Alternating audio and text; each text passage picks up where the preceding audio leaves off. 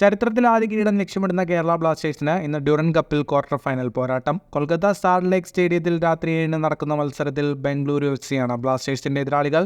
2023 ISL play off മത്സരത്തിലുണ്ടായ അനിഷ്ട സംഭവങ്ങൾക്ക് ശേഷം ബ്ലാസ്റ്റേഴ്സ് ബംഗളൂരു പോരിന് ആരാധകർക്കിടയിൽ വാശിയും ആവേശവും കൂടിയിട്ടുണ്ട്. ഗ്രൂപ്പ് റൗണ്ടിൽ സമ്പൂർണ്ണ വിജയവുമായാണ് ബംഗളൂരു FC എത്തുന്നത്. ബ്ലാസ്റ്റേഴ്സ് ആവട്ടെ 2 ജയവും 1 സമനിലയും നേടി. ISL ചാമ്പ്യന്മാരായ മുംബൈ സിറ്റിയെ ഗ്രൂപ്പ് സിയിൽ എതിരില്ലാത്ത 8 ഗോളിന് തകർത്താണ് പുതിയ പരിശീലകൻ മൈക്കൽ സ്റ്റാരയ്ക്ക് കീഴിൽ മഞ്ഞപ്പട തുടങ്ങിയത്.